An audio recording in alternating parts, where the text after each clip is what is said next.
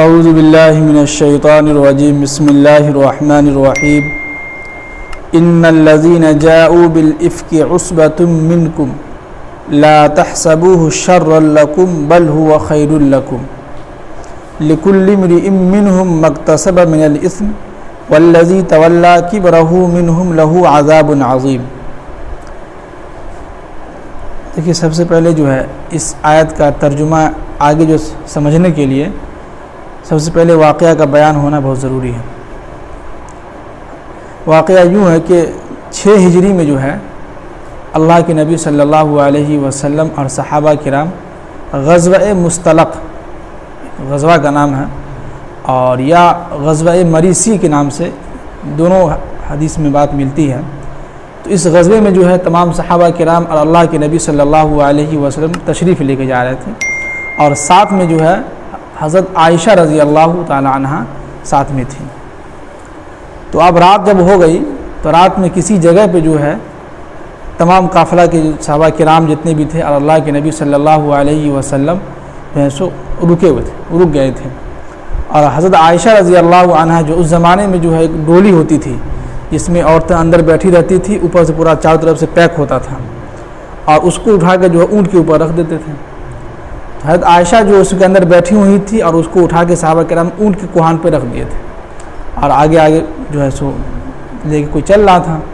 اب رات میں جو ہے حضرت عائشہ رضی اللہ عنہ تمام صحابہ کرام جو ہے رکے ایک جگہ پہ۔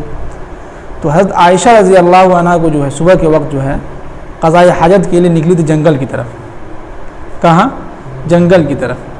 اب وہاں جب گئے تو جو ہے ان کا گلے کا ہار جو ہے گم ہو گیا تھا۔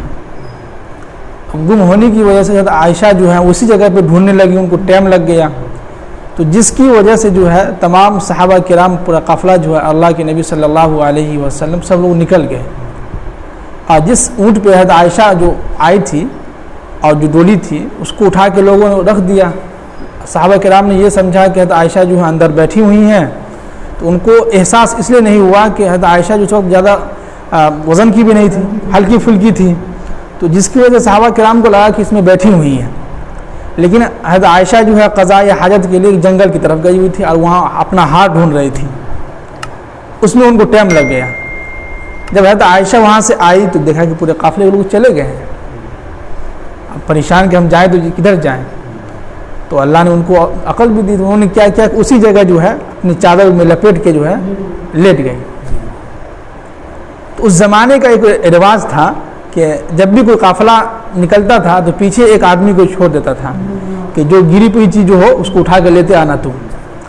تو اللہ کے نبی صلی اللہ علیہ وسلم جو ہے حضرت صفوان بن معطل کو ان کو جو ہے پیچھے چھوڑ دیا تھا کہ تم جو ہے پیچھے رہو، اور جو بھی سامان جی جو نگراں کے لیے، ہاں تو جو چیز چھوٹے اس کو جو ہے لیتے آنا۔ اب صفوان بن معطل جو ہے ڈھونڈتے ڈھونڈتے جو اس جگہ پہنچے تو دیکھا کہ حضرت عائشہ جو ہے آرام فرما رہی ہیں، یہاں پہ سو رہی ہیں۔ تو فوراً ان کی زبان سے بات نکلی کہ انا للہ و انا الیہ راجعون۔ تو جیسے ہی آواز سنی حضرت عائشہ جو فوراً اٹھ گئی اور فوراً جو ہے اپنا سر جو ہے چھپانے لگی۔ اس وقت جو پردے کا حکم نازل ہو گیا تھا۔ اب جو ہے حضرت صفوان نے کیا کیا، اپنا اونٹ جو ہے لایا اور حضرت عائشہ کو جو اس پہ بیٹھایا، اور حضرت صفوان جو ہے ان کا اونٹ کا نکیل پکڑ کے آگے آگے جا رہے تھے۔ اب جب پہنچے تو کفار و مشرکین تو ایسی بھی جو ہے سو اللہ کے نبی سے پورا اسلام والوں سے جو ہے مسلمانوں سے جو ہے بہت دشمنی چل رہی تھی۔ اب منافق کو جو ہے ایک موقع مل گیا۔ اس منافق میں ایک جو ہے شخص تھا عبداللہ بن ابی، یہ بہت بھاری دشمن تھا اللہ کے نبی صلی اللہ علیہ وسلم کو، بہت بھاری دشمن۔ اس کو موقع مل گیا کہ دیکھو حضرت عائشہ پہ انہوں نے فوراً تہمت لگا دی کہ نعوذ باللہ حضرت عائشہ کو جو ہے یہ صفوان بن معطل جو رات اپنے پاس گزار کے جو لے کے آئے، نعوذ باللہ۔ تو یہ تہمت جو ہے لگا دیا۔ اب جیسے ہی تہمت لگایا تو ان میں سے جو مسلمان بھی تھے، مسلمان حضرت حسان تھے، اور اس کے بعد بفتہ یا بسعد کر کے نام جو ہے وہ بھی صحابی تھے، اور عورتوں میں جو ہے حمنہ تھی۔ 3 یہ ہو گئے، اور ایک منافق عبداللہ بن ابی، 4 شخص جو ہے ان کے اوپر تہمت لگا دی۔ اب تہمت لگنے کے بعد دیکھیے کہ جو ہے 1 مہینہ تک اللہ کے نبی صلی اللہ علیہ وسلم گھر میں آتے تھے، حضرت عائشہ سے سلام کرتے تھے، زیادہ بات چیت بھی نہیں ہوتی تھی، لیکن دل میں تکلیف ہو جاتی ہے نا، کسی کی بیوی اگر کوئی تہمت لگ جائے تو انسان کو تکلیف ہوتی ہے کہ میری بیوی لوگوں نے تہمت لگایا، اور اس کے دل میں طرح طرح کے خیالات ڈالتے رہتے ہیں شیطان. تو عائشہ اللہ کے نبی صلی اللہ علیہ وسلم بھی بہت غمگین ہونے لگے. گھر میں آئے، سلام کیا عائشہ کو، کیا حال چال ہے؟ ٹھیک ہے، چلے گئے. پہلے کی طرح وہ رونق نہیں تھی. اور حضرت عائشہ فرماتی ہے کہ ہمیں معلوم بھی نہیں کہ میرے بارے میں لوگ یہ باتیں کر رہے ہیں، ان کو یہ بھی نہیں معلوم تھا. اب ان کو معلوم کیسے ہوا؟ کئی دنوں کے بعد جو ہے سو ایک مرتبہ حضرت عائشہ جو ہے قضاء حاجت کے لیے، یعنی کہ باتھ روم کے لیے جو باہر گئی تھی، اور اکیلے نہیں گئی تھی، ان کے ساتھ میں مسعد کے جو ہے ان کی امی کے ساتھ جو ہے یہ گئی تھی. جب وہ واپس آنے لگی حضرت عائشہ اور ایک عورت، تو جو ہے عائشہ جو ہے یا ان کی جو ہے جو ان کے ساتھ گئی تھی وہ جو ہے گر گئی تھی. تو حضرت عائشہ جو ہے ان کے ہاتھ کو جو یوں کھینچا تو پھر گر گئی. تو اسی وقت جو ہے اس نے جو اپنے بیٹے کو گالی دینے لگا کہ جو ہے یعنی کہ جو ہوتا ہے عربی زبان میں گالی دینے کا اپنے بیٹے کو یا اپنے ماں کو. تو حضرت عائشہ نے کہا کہ آپ مسعد کے بارے میں کیوں برا بھلا کریں، وہ تو بہت اچھا انسان ہے، وہ تو صحابی رسول ہے، نیک صالح انسان ہے. تو کہنے لگے آپ کو نہیں معلوم کہ کیا آپ کے بارے میں انہوں نے تہمت لگایا ہے غلط. تب اس جگہ حضرت عائشہ کو جو ہے معلوم ہوا. اب جیسے حضرت عائشہ رضی اللہ عنہ کو معلوم ہوا تو اللہ کے نبی بھی جو ہے سو سمجھ گیا کہ ان کو معلوم ہو گیا. تو فوراً جو ہے حضرت عائشہ جو ہے اللہ کے نبی سے جو ہے پرمیشن لی، اجازت لی کہ آپ ہمیں اجازت دیجیے ہم اپنے ابو کے گھر جائیں. جانے کا مقصد یہ تھا کہ ہم اپنے ابو سے پوچھیں کیا مسئلہ ہے اس کے بارے میں. اب یہ حضرت عائشہ جو اپنے ابا کے گھر گئے، وہاں جو اپنی امی سے پوچھی کہ امی ایسی ایسی بات ہے، کیا کریں. تو ان کی امی بھی دلاسا دی کہ تم ٹینشن مت لو، تم نبی کی بیوی ہو، گھبراؤ نہیں، تھوڑا سا لیٹ سے ہی صحیح لیکن جو اس کے بارے میں قرآن کی آیت ضرور نازل ہوگی. تو وہاں پہ ان کو دلاسا دے دی. دیکھیے یہاں پہ ایک امی کے دیکھیے کہ کیا ایمان والی عورت تھی. اگر آج کل کی عورتیں ہوتی تو جو ہے ان کی امی جو فون کر دی جائے طلاق لے لو، یا کچھ ایسا ہی الزام لگا دو، یا کیس کر دو، ایسے کر دو ویسے کر دو. لیکن دیکھیے کہ اللہ کے نبی کی بیوی یا بیوی کی ماں ہے، انہوں نے کہا کہ آپ گھبرائیے نہیں، آپ اللہ کے نبی کی بیوی ہیں، آپ جو ہے ہو سکتا ہو کہ تھا لیٹ سے ہی صحیح قرآن کی آیت نازل ہوگی، آپ گھبرائیے نہیں. پھر اس کے بعد اپنے ابا سے ملاقات کی. ابا بھی کہا کہ بیٹی گھبرانے کی ضرورت نہیں ہے، یہ بات ہوتی رہتی ہے. اب کسی نے تہمت لگایا ہے تو 4 ہی آدمی تو لگایا ہے، اور اس میں بھی جو ہے 3 ایمان والے ہیں، ایک جو ہے منافق ہے. اس میں گھبرانے جی ایک منافق ہے جی، وہ بھی جانتے تھے. منافق عبداللہ بن ابی ہی جو ہے چرچا کیا تھا. تو ان کی چرچا میں جو یہ 3 ایمان والے صحابی رسول جو ہے اس میں آ گئے تھے ضبط میں. تو یہ تینوں بھی جو ان کے ساتھ ہاں ہو سکتا ہو کہ تہمت صحیح بات صحیح ہو. تو اب جو ہے بات جو ہے 1 مہینے کے بعد لگاتار اس گھر کے اندر جو ہے تناؤ چلتا رہا. اللہ کے نبی صلی اللہ علیہ وسلم بھی جو گھر کے اندر آتے تھے، سلام کرتے تھے، عائشہ سے خبر لیتے تھے، پھر نکل جاتے تھے. تو 1 مہینہ کے بعد جو ہے قرآن کی آیت نازل ہوئی. دیکھیے اس لیے کرتے کہ ہمیں صبر کرنا چاہیے، گھبرانا نہیں چاہیے. ہم لوگ سوچتے ہیں کہ فوراً کام کوئی بھی نہیں ہوتا ہے. اللہ کے یہاں کیا دیر ہے لیکن اندھیر نہیں ہے بولتے ہیں نا. اسی طرح دیکھیے 1 مہینے کے بعد جو ہے فوراً قرآن کی آیت نازل ہوئی کہ ان الذین جاؤوا بالافک عصبۃ منکم. یہ جو جن لوگوں نے آپ کے بیوی پر جو تہمت لگایا ہے، جو اپنے من گھڑت جو کہانی بنایا ہے، تو عصبۃ منکم، یہ آپ ہی میں سے کچھ لوگ ہیں، آپ ہی کے گروہ میں سے جو ہے لوگ ہیں. تو تھے ہی ایک حسان تھے، مسعد تھے، اور عورتیں میں جو حمنا تھی، ایک شخص منافق تھا، بس 4 لوگ تھے. تو وہی کہہ رہے ہیں کہ عصبۃ منکم، جن لوگوں نے بھی جو یہ تہمت آپ کی بیوی پر جو لگائی ہے تو یہ آپ ہی میں سے کچھ جو ہے جماعت کے لوگ ہیں.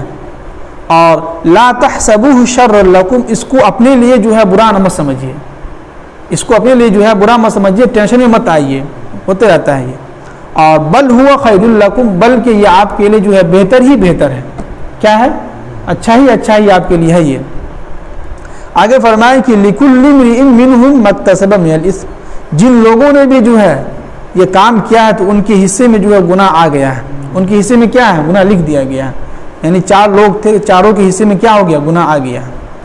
اور والذی تولی کبرہ، ان میں سے سب سے زیادہ گناہ اس کے اوپر آئے گا جس نے جو ہے سب سے پہلے جو ہے اس کا اظہار کیا، وہ عبداللہ بن ابی، اس کے بارے میں کہہ رہے ہیں.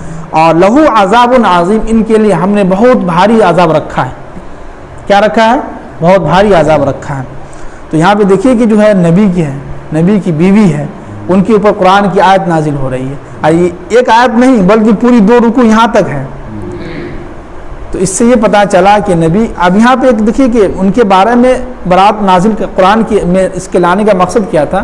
اس کا مقصد یہ تھا کہ لوگوں کے سامنے اور ہم لوگوں کے سامنے نبی کی بیوی کے جو ہائی لائٹ کرنا ہے، ان کی اہمیت کو، ان کی عقل کو، ان کے علم کو جو ہے لوگوں کے سامنے لانے کا مقصد یہ تھا کہ ان کا کیا جو ہے علم تھی حضرت عائشہ کے بارے میں، کیا ان کا مقام ہے، ان کی کیا جو ہے رسپیکٹ ہے، اس کے بارے میں قرآن کو بیان کر رہے ہیں۔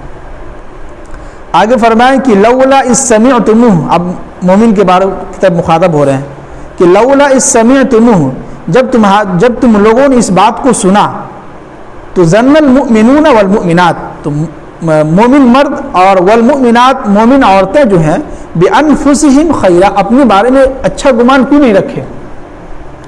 کیا مطلب کہ جب آپ نے یہ بات سنا تو آپ اپنے دل کو صاف کرتے، گمان دوسرے کے بارے میں غلط گمان کیوں آپ نے خیال کیا؟ یہ یہاں پہ کہہ رہے ہیں کہ وقالوا ھذا افک مبین، آپ اس وقت کہہ سکتے تھے کہ یہ تو کھلم کھلا جو ہے جھوٹ ہے۔ کیا ہے؟ کھلم کھلا جھوٹ ہے۔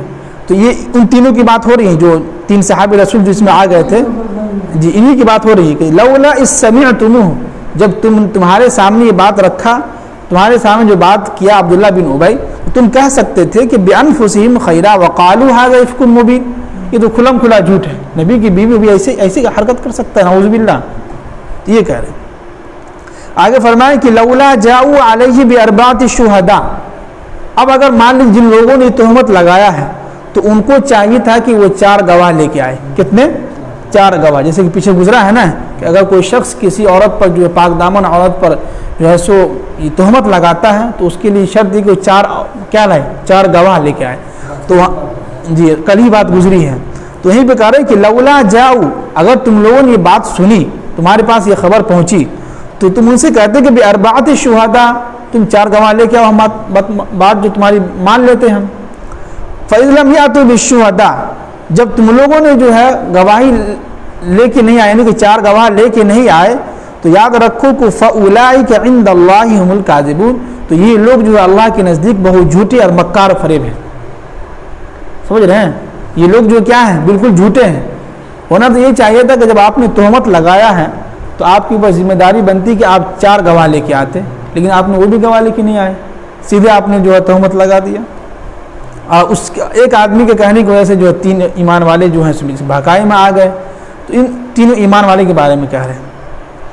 آگے فرمائے کہ وَلَوْلَا فَضْلُ اللَّهِ عَلَيْكُمْ، اب اللہ تعالیٰ کہہ رہے ہیں کہ اگر ہمارا فضل تمہارے اوپر نہ ہوتا، وَرَحْمَتُهُ فِي الدُّنْيَا وَالْآخِرَةِ، دنیا میں اور آخرت میں بھی، تو لَمَسَّكُمْ فِي مَا أَفَضْتُمْ فِيهِ، تو جس بات میں، جس کے بھکائی میں تم لوگ آ گئے تھے، جس بات میں تم لوگ جو ہے آ پڑے تھے، تو عذاب عظیم، جس کی وجہ سے تمہارے اوپر بہت سخت عذاب آ سکتا تھا، بالکل آ سکتا تھا۔ نبی کی بیوی ہے، سید الانبیاء ہیں، جن کے لیے اللہ نے جو ہے دنیا کو بنایا، اتنے ساری چیزیں بنایا سجایا، اس نبی کی بیوی پہ تم تہمت لگا رہے ہیں، وہ بھی ایسی بیوی جو سب سے چہیتی پیاری بیوی ہے، ان کے اوپر تم نے تہمت لگایا، تو تم شکر، اللہ کا شکر مناؤ کہ اللہ نے تمہارے اوپر عذاب نازل نہیں کیا، بچ گئے، بس اس لیے کہ تم ایمان والے تھے۔